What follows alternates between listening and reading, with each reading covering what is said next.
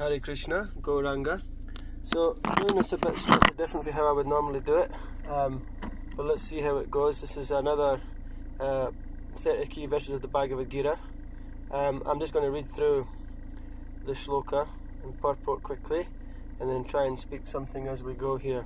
I don't have the benefit of just being able to sit down and do it this time.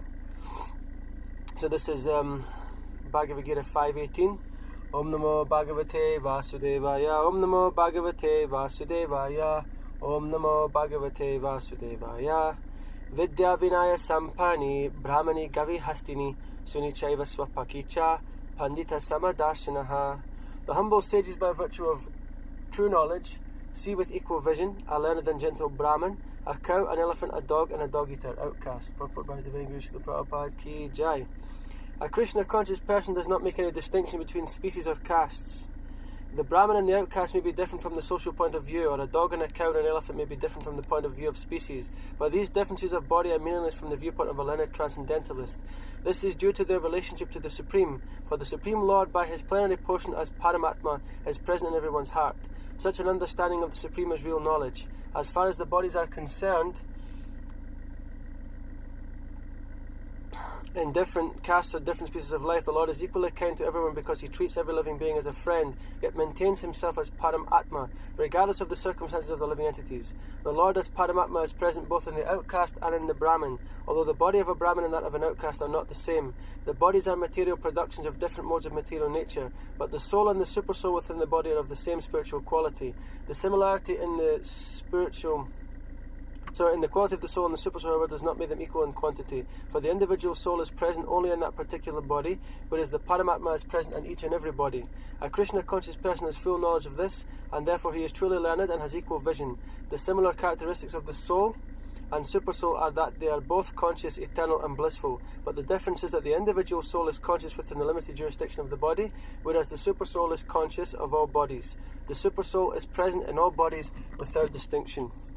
Om Ajnana Timarandasya Gyananjana Shalakaya Chakshurunmilitam Yena Tasmai Shri Gurave Namaha Shri Chaitanya Manobishtam Stapitam Yena Bhutale Swayam Rupa Kadamayam Dadati Swapandantikam Vandeham Shri Guru Shri Yuttapada Kamalan Shri Gurun Vaishnavamscha Shri Rupam Sagrajatam Sahagana Raganatanvitam Tam Sajivam Sadvaitam Sarvadutam Parijana Sahitam Krishna Chaitanya Devan Shri Radha Krishna Padan Sahagana Lalita Shri Vishakanvitamscha He Krishna Kruna Sindhu Dina Bandhu Jagatpate Gopesha Gopika Kanta Radha Kanta Namustate Tapta Kanchana Gaurangirate Vrindavaneshwari Vrishabhanu Suti Devi Pranamama Hari Priye Vansha Kalpatarubhyascha Kripa Sindhubhya Evacha Patitanam Pavani Bhyo Vaishnavi Bhyo Namo Namaha Namo Om Vishnu Padaya Krishna Prastaya Bhutale Srimate Bhaktivedanta Swami Iti Namo Namaste Saraswati Devi Gauravani Pracharani Nirvashesha Shunyavadi Pashachadi Sitavane Jai Shri Krishna Chaitanya Prabhu Nityananda Shri Advaita Gadadhar Shivasari Gaura Bhaktavinda Hare Krishna Krishna Krishna Hare Hare Rama Rama Rama Rama Hare Hare. So a beautiful verse that the humble sage by virtue of true knowledge sees with equal vision. Now if you've read the Bhagavad Gita already, you'll remember this picture beautifully drawn by the artists from Srila Prabhupada's time, possibly Jadharani or whoever, I'm not really sure which one it would have been, and they drew this devotee standing looking out at the scene in the forest, and you can see the elephant, you can see the dog, you can see the other Brahmin, the sannyasi, you can see the outcast, the lower class person, and all of them have the Paramatma or the super soul in their heart. So this shows that actually from that point of view our material bodily designation doesn't mean anything, because we are all linked to Krishna, and Krishna doesn't see the material body. He sees the original self, which is his part and parcel, the soul, the real jiva, as us, that minute spark. Now we are able to, in one sense, connect to our real self the more we become spiritually realized. Now, of course, spiritually realized in this context of Krishna consciousness through this Bhagavad Gita and through this process of Sankirtan Yagya means chanting the Hare Krishna Maha Mantra studying the bona fide Shastras under the guidance of a bona fide Guru. As we heard from the last class there, on surrendering to Guru, offering him humble, submissive service, like that. By following that process, one is able to connect to the super soul in the heart and take guidance from the super soul. One of the biggest problems in the world is that we're caste conscious, we're bodily conscious, we are country conscious, religion conscious, so many different things. We have prejudices and spiteful natures or mistrusting natures towards everybody and anybody for anything, whether it's the colour of their hair, we discriminate, whether it's the type of clothes they wear, we discriminate based on our choices, whether it's the food that they eat, whether it's the places that they live, status of their jobs and life and family sizes, lack of family size, money, all these kind of things. We discriminate or comment on these things, and this is the nature of the human being, to criticize and correct, but to find unity in Krishna consciousness or unity in the world, it takes to come off this bodily platform. And this is what this understanding of the pure devotee looking out at the super soul in everyone's heart, he's not then seeing these distinctions. Now, of course, for us to preach, we cannot, obviously, for us to come to a higher understanding of philosophy, we cannot actually look at the elephant and preach to the elephant the same way we would to a human being. We cannot,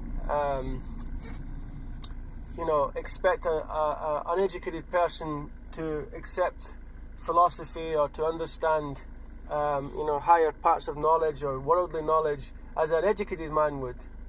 So we have to have that, we have to make some distinction, and we have to have some intelligence to discriminate a little bit.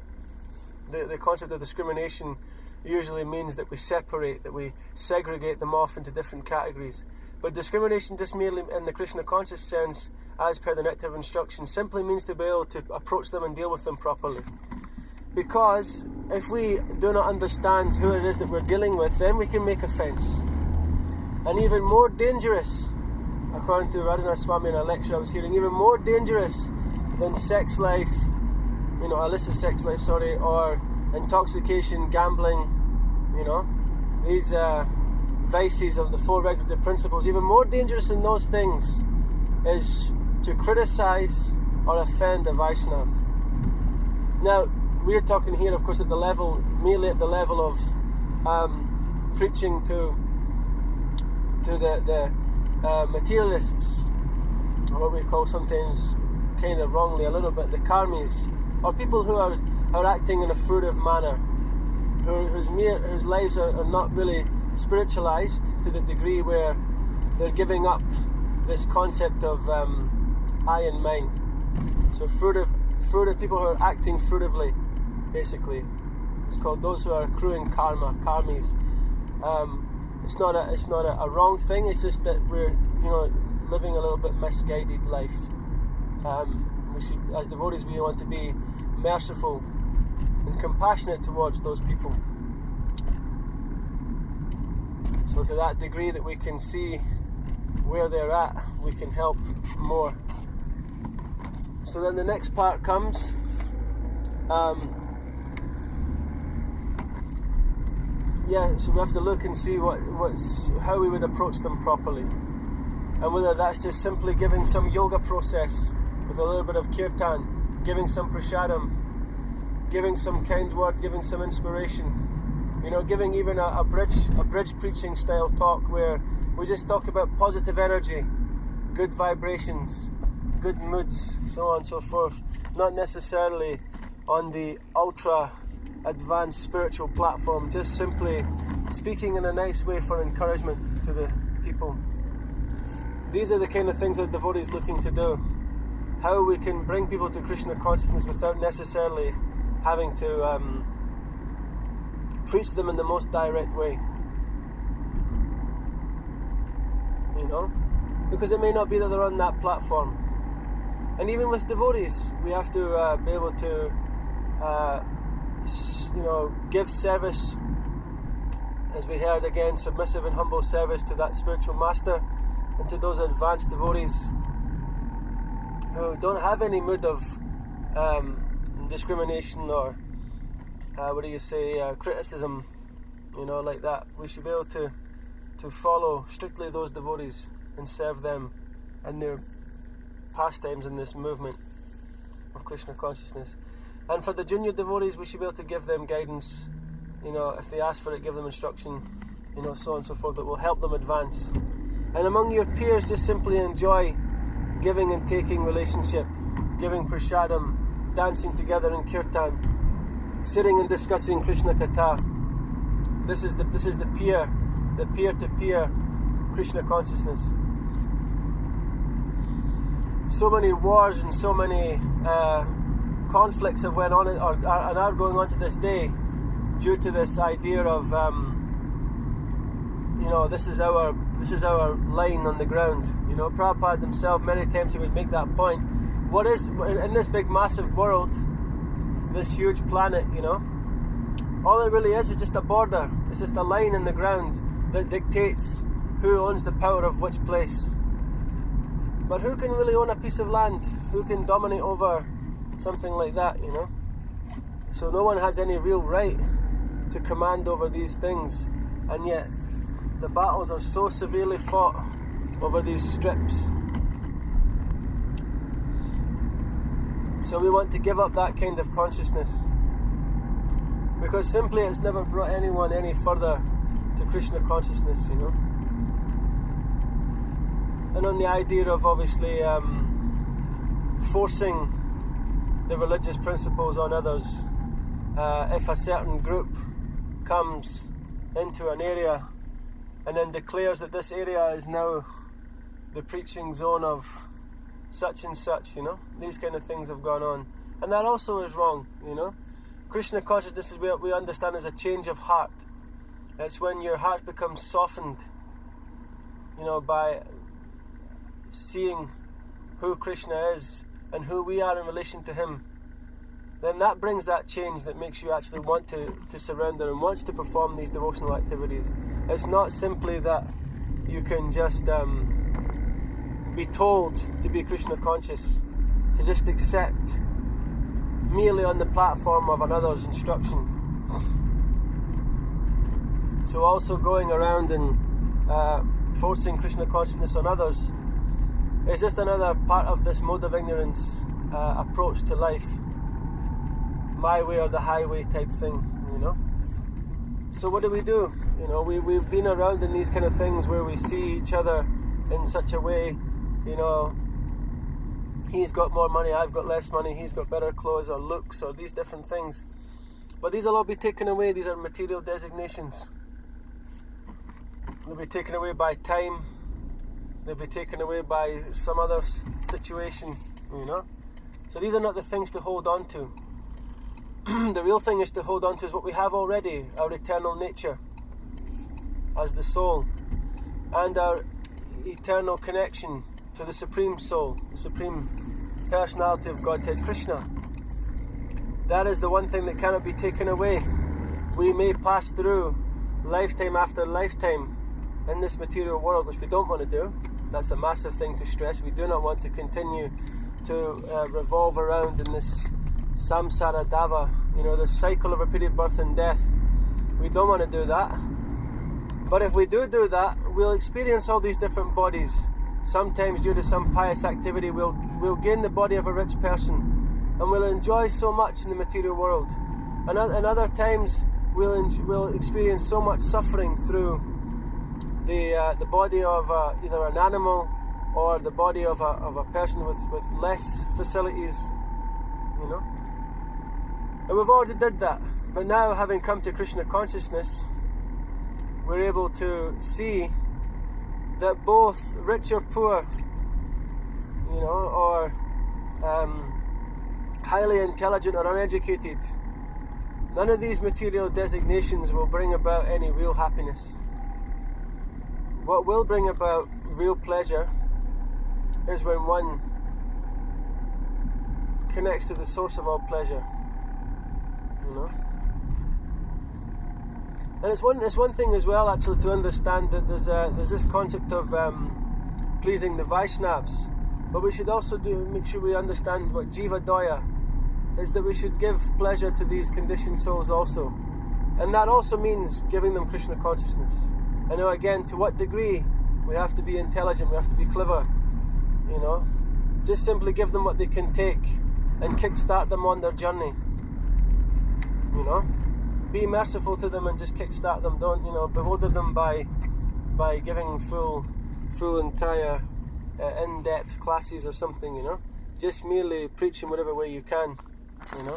Whichever way will give them some, further step towards Krishna. This really beautiful verse, it helps us to see who we really are, to see through the coverings of different bodies, you know, different nations, different accents, because in all languages of the world there's different names for God, but this one name, Krishna, they're all attractive. Everybody can relate to that, regardless of whatever language you speak. And this world, this term happiness, or this concept of happiness, regardless of what language you speak, is there. Just like whatever language you speak, everybody can understand fear on your face. Everyone can understand sadness. Everyone can understand, you know, anger. So everyone can also understand that someone his life has become changed. Someone's life has become purified. You can see that in the face. You can see that on the actions. And these men of God. So let us become like this humble sage, who by virtue of true knowledge can see everyone as the true self, and he can see that Krishna is there in their heart and can approach Krishna in their hearts. This is one of the arts of book distribution. When you go out in Sankirtan, we say that we're not simply engaging in mere lyrical trickery, you know, using quick slogans, quick fire slogans, you know, well practiced mantras, you know, and different things to get them to stop or to get them to take the book. What we're actually doing is, as Manadar Prabhu once mentioned in a class in Mayapur book distribution seminar, he says, all in the space of a few seconds, we're stopping their physical energy, as in their body stopping. We're going right past their intelligence, their mind, their false ego, all the way deep down, right through all their coverings and material modes of nature, and dropping the bomb of that book right in their very soul, you know, right in their heart. All in the space of seconds. And that takes us to be on that platform of understanding our real self and deep Krishna consciousness, to be able to do that. Otherwise, we may be able to distribute some books or give some seminars or get a few kirtans out there, you know. But eventually our own well will run dry, you know. And then people will see that. They'll see that your Krishna consciousness has dried up, your spirituality has dried up, and then they won't be so keen to hear from that person. So let us become ever filled up with Krishna consciousness, you know. And then everybody we approach, we can spark them off. We can fire them up, you know. Just as the sun rays, we're knowing that Krishna's energy is all over, is all pervasive, and it's sparking off everything in the whole universe, you know. So let us also take that energy and just spark off so many people, so many souls. We can spark, you know, reignite the fire of Krishna consciousness. Srila Prabhupada ki jai, Nitai Gaura Premanandi Hari Hari Bo.